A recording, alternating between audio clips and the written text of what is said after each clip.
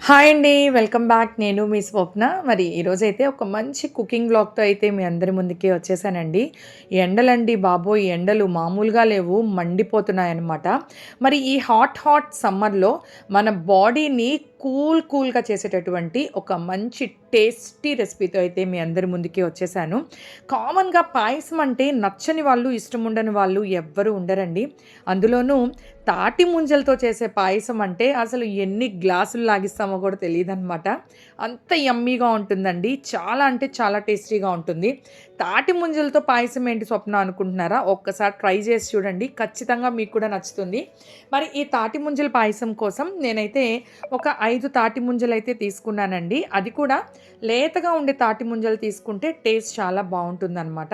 ఈ తాటి ముంజలకి పైనున్నటువంటి తొక్కంతా రిమూవ్ చేసేసి నీట్‌గా కడిగి మనకు ఎంత సన్నగా కుదిరితే అంత సన్నటి పీసెస్ లాగా మనం కట్ చేసేసుకోవాలి. మనం ఎంత చిన్న పీసెస్‌గా కట్ చేసి పెట్టుకుంటే పాయసంలో అంత బాగా కలుస్తుందనమాట. కాబట్టి వీలైనంత చిన్న పీసెస్‌గా కట్ చేసి ఇలా పక్కన పెట్టేద్దాము. ఇప్పుడు ఒక చిన్న బౌల్ తీసుకుని ఇందులో పాలు పోసుకోవాలండి.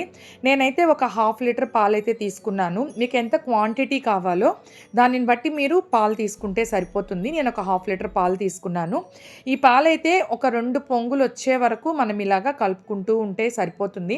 నేనైతే చిటికెడు కుంకుమ పువ్వు కూడా యాడ్ చేశానండి. ఇది కంప్లీట్‌గా ఆప్షనల్ అనమాట. మీ దగ్గర ఉంటే వెయ్యండి, లేకుంటే స్కిప్ చేసేయండి. ప్రాబ్లమ్ ఏం లేదు. మరి పాలు కొంచెం మరిగిన తర్వాత ఇప్పుడైతే ఇందులో షుగర్ యాడ్ చేసుకోవాలండి. నేనైతే ఒక 4 స్పూన్స్ షుగర్ యాడ్ చేశాను. మీకు ఎంత స్వీట్ కావాలో అంత షుగర్ యాడ్ చేసుకోండి.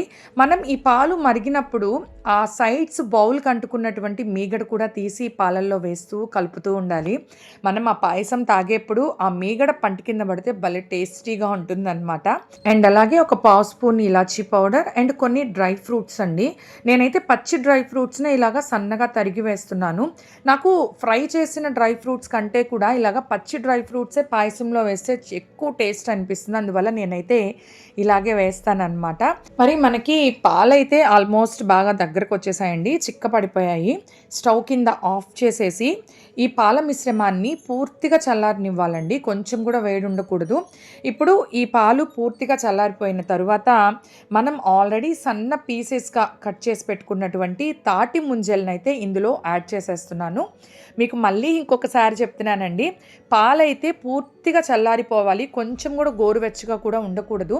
పాలు పూర్తిగా చల్లారిపోయిన తర్వాత మాత్రమే తాటి ముంజలైతే ఇందులో యాడ్ చేయాలి. లేదంటే పాలు విరిగిపోయే అవకాశం ఉంటుందండి. కాస్త ఈ విషయంలో కొంచెం జాగ్రత్తగా ఉండాలి. అసలు ఈ తాటి ముంజల ముక్కలు ఈ పాలల్లో వేసిన తర్వాత చూడ్డానికి ఎంత బావుందో చూసారా? నాకైతే ఎప్పుడెప్పుడు గ్లాస్‌లో పోసుకొని తాగేద్దామా అనిపిచ్చేస్తుందనమాట. ఇంతేనండి. చాలా అంటే చాలా ఈజీ అనమాట తాటి ముంజల పాయసం. మామూలుగా తాటి ముంజల సీజన్ కాబట్టి ఇప్పుడు అందరం కూడా తాటి ముంజలు తెచ్చుకొని తింటూనే ఉంటాము. కానీ ఒక్కసారి కొంచెం డిఫరెంట్‌గా ఇలాగా తాటి ముంజలతో పాయసం చేసి పెట్టి చూడండి. పిల్లలైతే ఎంత ఇష్టంగా తింటారో చాలా టేస్టీగా ఉంటుందండి. మళ్ళీ ఇలాగే తాటి ముంజల పాయసం కావాలని అడిగి మరీ చేపించుకుంటారనమాట. అంత టేస్టీగా ఉంటుంది. మనం ఈ తాటి ముంజల పాయసాన్ని కాసేపు ఫ్రిడ్జ్‌లో గాని పెట్టి కూల్‌గా గాని సర్వ్ చేశామంటే ఇంకా చాలా టేస్టీగా ఉంటుందండి. మరి ఇదండి ఈరోజు వీడియో అయితే మీ అందరికీ కూడా ఖచ్చితంగా నచ్చుంటుందని అనుకుంటున్నాను. మరి వీడియో నచ్చినట్లయితే లైక్ చేయండి. మరి ఇప్పుడే కొత్తగా మన ఛానల్ చూస్తున్న వాళ్ళైతే మన ఛానల్‌ని సబ్స్క్రైబ్ చేయండి. మరొక మంచి వీడియోతో మళ్ళీ మీ ముందుకు వచ్చేస్తాను. బాయ్.